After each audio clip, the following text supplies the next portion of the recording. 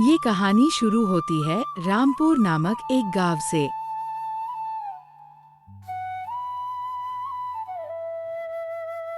इस गांव में गुरु नाम का एक व्यक्ति अपनी पत्नी और बेटे के साथ रहता था। गुरु अपने परिवार का पेट पालने के लिए अपने खेतों में मक्का उगाता था। वह उस मक्के को अपने दोस्त केशव के जरिए बाजार में बेचा करता था। केशव बहुत ही लालची और धोखेबाज किस्म का आदमी था। एक दिन वो गुरु के पास पहुंचा और बोला, अरे गुरु, कैसे हो तुम? सब ठीक ठाक है ना? हाँ भाई, तुम्हारी कृपा से सब ठीक ठाक ही चल रहा है। अरे भाई, तुम भी कैसी बातें करते हो?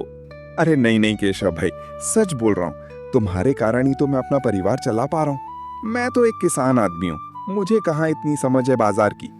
वो तो तुम हो जो इतनी मेहनत करके मक्का बेचते हो और आधा मुनाफा मुझे देते हो। अरे भाई, इसमें मेरा कोई कमाल नहीं, वो तो तुम्हारा मक्का है। वो इतना मीठा और स्वादिष्ट होता है कि लोग खुद उसे खरीदने आते हैं। इसमें मैं क्या करता हूँ? तुम जो भी कहो, पर मैं तो मानता हूँ कि अगर तुम नहीं होते तो मैं कुछ भी नहीं कर पाता। खैर, ये सब छोड़ो गुरु भाई, मुझे जल्दी से 3 बोरी मक्का दे दो। इस समय ग्राहक थोड़े ज्यादा हो गए हैं। हाँ, तुम रुको, अभी निकालता हूँ। इस तरह इनका रोज का काम था।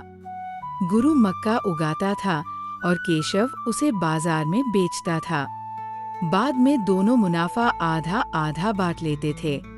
धीरे धीरे केशव के मन में लालच आ गया। उसने सोचा, क्यों ना मक्के को ज्यादा दाम पर बेचा जाए, लेकिन गुरु को आधे लाभ की जगह थोड़े से ही पैसे दिए जाएं। इससे मेरा काफी मुनाफा होगा। और वो गुरु, वो तो मुझ पर इतना विश्वास करता है कि कभी शक भी नहीं करेगा। कितना भोला भाला है। इस तरह केशव ने गुरु को कम पैसे देने शुरू कर दिए। शुरू में तो गुरु ने पैसे ले लिए, पर जब यही सिलसिला लगातार चलता रहा तो गुरु के सब्र का बांध टूट गया। उसने पूछ ही लिया, अरे केशव भाई, इस समय मुनाफा बहुत कम हो रहा है। क्या हुआ, ग्राहक बहुत कम हो गए क्या? अरे नहीं भाई, मक्के की मांग अब कम हो रही है, इसलिए उसे कम कीमत में बेचना पड़ रहा है। इसी कारण मुनाफा बहुत कम हो रहा है। वो तो ये व्यापार तुमसे जुड़ा है, वरना इतना घाटा होता तो कोई दूसरा आदमी कब का व्यापार बंद कर चुका होता। अच्छा ठीक है, कोई बात नहीं।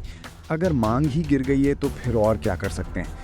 पर तुम कोशिश करना कि मक्की ज्यादा से ज्यादा मुनाफे में बिके, ताकि हम अपना परिवार अच्छे से चला सकें। तुम भी कैसी बातें करते हो? तुम्हें क्या लगता है, क्या मैं कोशिश नहीं करता?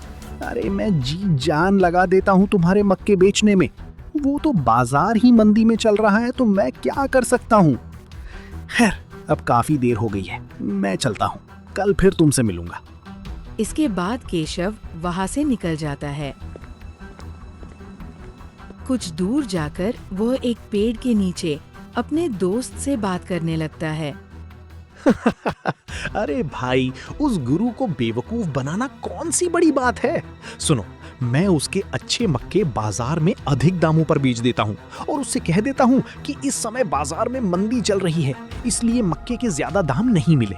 और वो बेचारा भोला भाला इंसान मेरी बात मान भी जाता है। पहले तो मैं उसे ईमानदारी से आधा मुनाफा देता था, लेकिन जब से पता चला कि वो मुझ पर अंधा विश्वास करता है, तब मैंने भी सोचा कि क्यों ना उसके इस अंधे विश्वास का फायदा उठाया जाए। बस उसी दिन से मैंने घोटाला शुरू कर दिया। ये सारी बातें गुरु का बेटा एक पेड़ के पीछे खड़े होकर सुन रहा था। ये सब सुनकर वह दंग रह जाता है और भागते हुए गुरु के पास पहुंचता है। फिर वह गुरु को सारी बातें बता देता है। मैंने तो सोचा भी नहीं था कि ये केशव मुझे इस तरह धोखा देगा। मुझे तो लगा था कि वो मेरा अच्छा दोस्त है, मेरा भला कर रहा है, लेकिन वो तो मेरी पीठ पीछे मुझे ही धोखा दे रहा था। पिताजी, आप चिंता न करें। अगर आप कहें तो ये मक्का बेचने का काम मैं भी कर सकता हूँ। साथ ही मैंने इंटरनेट पर पॉपकॉर्न बनाने की रेसिपी देखी है।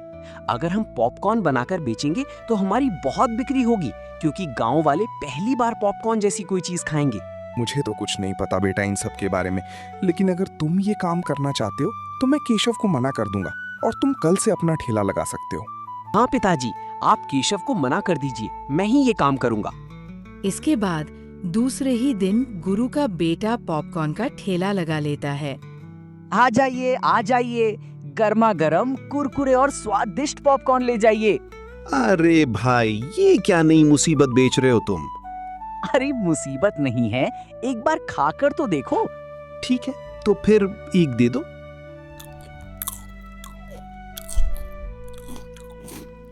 धीरे धीरे उसके ठेले पर लोगों की भीड़ लगने लगती है।